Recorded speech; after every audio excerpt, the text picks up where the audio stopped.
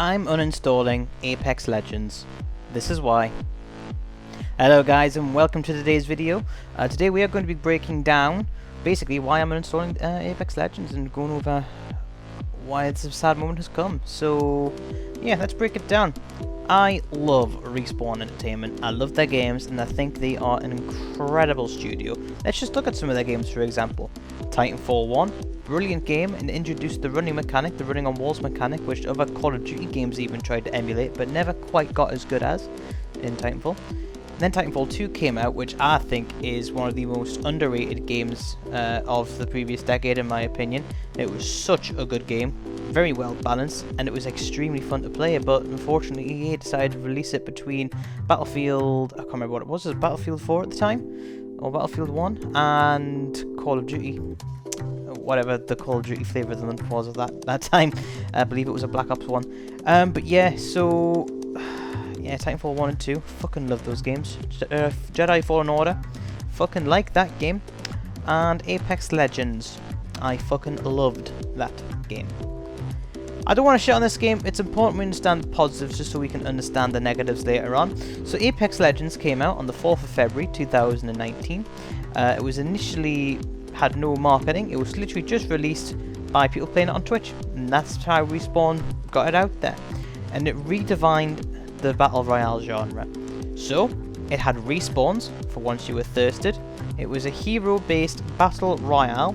It was fast, fluent, and rewarded aggressive gameplay. It had the introduction of the ping system, which still today is the best ping system out there in a Battle Royale. It had a fun and interesting map in King's Canyon. You could take fights in the zone, I mean you still can now. And yeah, it's had loads of fun game modes. Just to think of it, we have the Winter Express, that was a really good one at the time. We've also had good game modes as well, like game modes in the Grand Soiree event, that was also quite fun.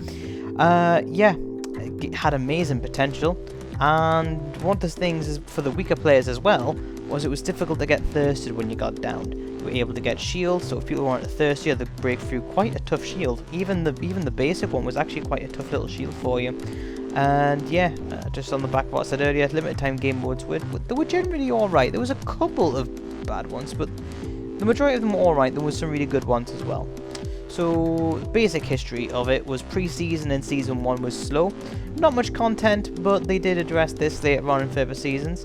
The content that did come out was lacking, though we did get Octane, who really pushed the boat for aggressive gameplay. And I think this is when Apex was at its best, in my opinion. Then season 2 came out, we had better content, but the introduction of Watson, which we'll get to later on. This is where it all started to go a little bit downhill for me, though it did have a few positive spikes before it got to where we are now. Season 3 was World's Edge, a bigger map, a more interesting and colourfully interesting map, and it was the crypto release. And Season 4 was a simulation, which is basically where we are now, and Revenant's release. I'm aware that Season 5 is literally about to drop, but I won't be partaking in Season 5. So here's my main reasons why. So the first one, these aren't in any particular order, is the lack of crossplay.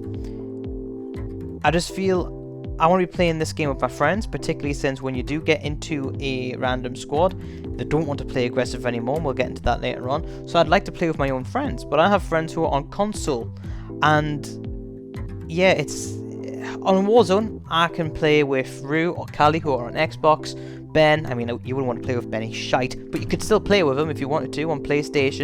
And then of course you've got Connor who's on PC, and myself that's on PC as well.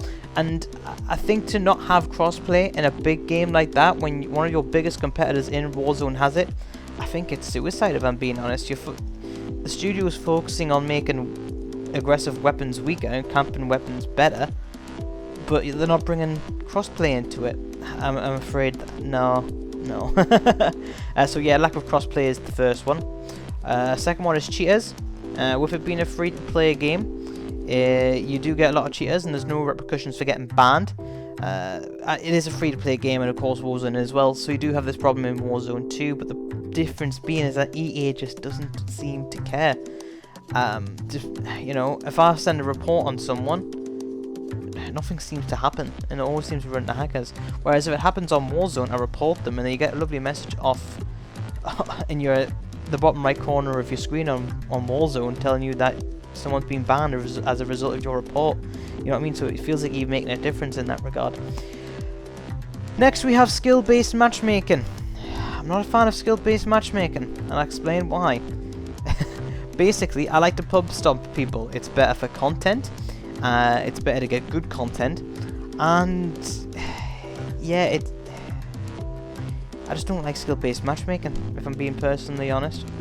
And yeah, I struggle with it because I understand why people think it's a good idea, but for me, games have always been about skill, and the more skill you have, you should be rewarded with that skill for being able to pub stomp people, and the people who are getting pub stomped on encourages them to get better, if they stay with the game, of course. But of course they're going to have other people lower than them as well to actually be able to pub stomp onto as well, so they don't get into a lobby with me, then they can pub stomp their lobbies, you know what I mean? Whereas for skill-based matchmaking, I'm always butting the same, like, similar lobbies with people of about my skill level, and it doesn't feel like I'm popping off, but it doesn't feel like I'm doing particularly bad either. It just feels as if I'm being, I don't know, it's just content, isn't it?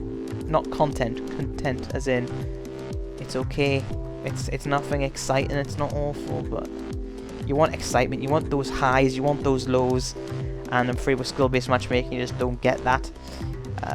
With Warzone, again, has the same problem, but I feel as if it's a little bit weaker in Warzone, as in, you can run into some plebs, and you can run into some people who are just gods who aren't cheating as well, which is good to acknowledge. But yeah. Also, the camp meta is more rewarding on Apex Legends now. Again, same as Warzone. But this is also encouraging professional play.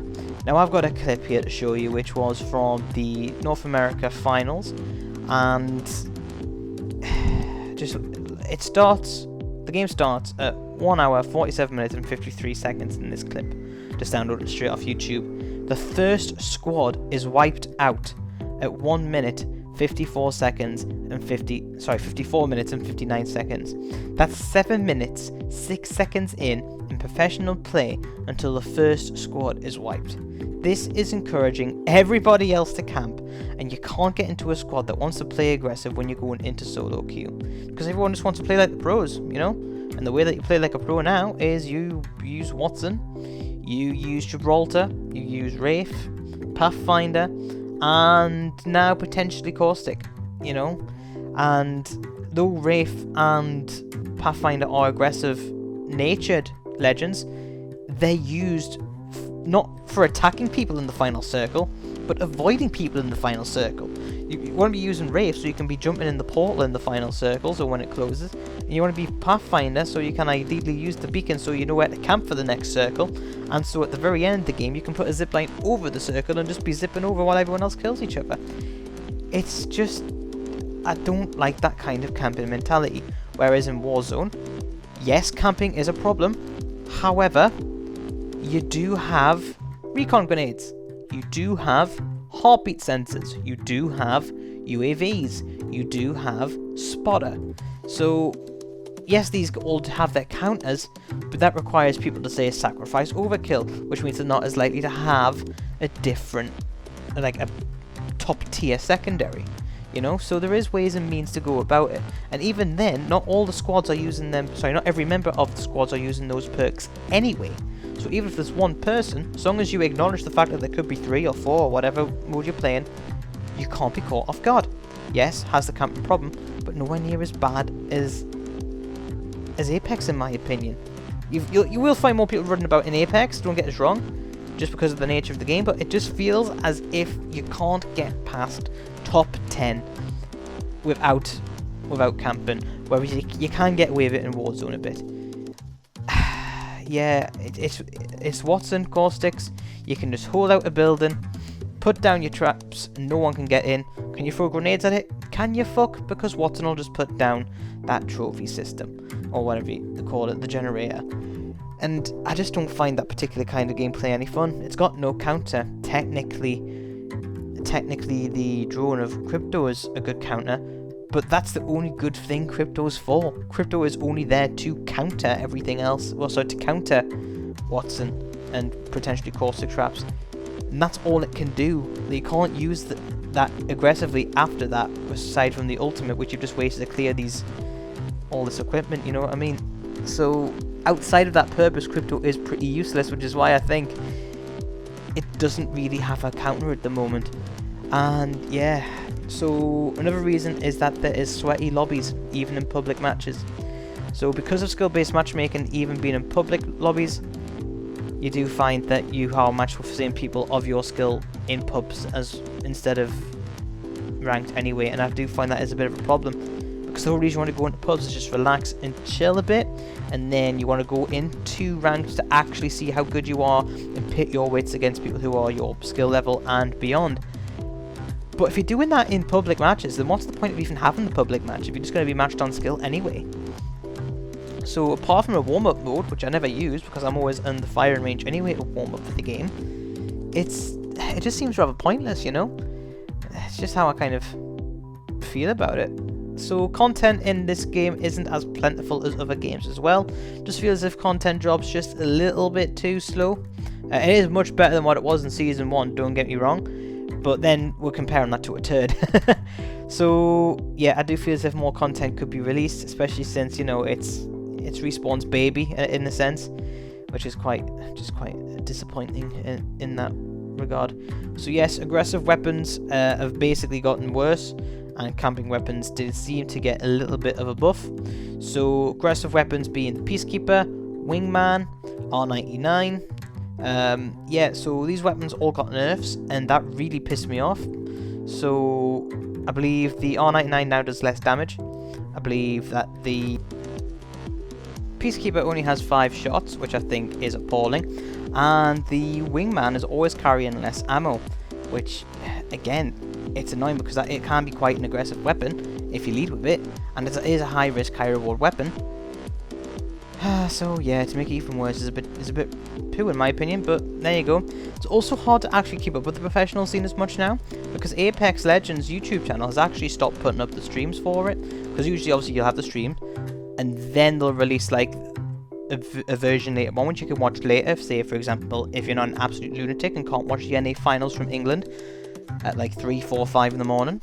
So yeah, the fact that they took that down as well is also disappointing, and I just find that on top of everything else as well, it just tells me that my time with this game is at an end. Now I will be making a video comparing Apex Legends to Warzone. If you want to see that, let me know in the comments below, and if you have any thoughts about Apex, good or bad, let me know in the comments below. I really do like the game, but in its current state, I can't play it, and it doesn't warrant the hard drive space it's taken up on my system at the moment. So here I am, uninstalling it. It feels wrong. Feels very wrong, but there you go. That's pretty much that. No doubt to make room for the next bloody Call of Duty update. Nah, jokes, that's not on this drive. But yeah, if you like the video, hit like, hit favourite, and subscribe too. Helps me out massively. And yeah, I hope you all take care now. Bye.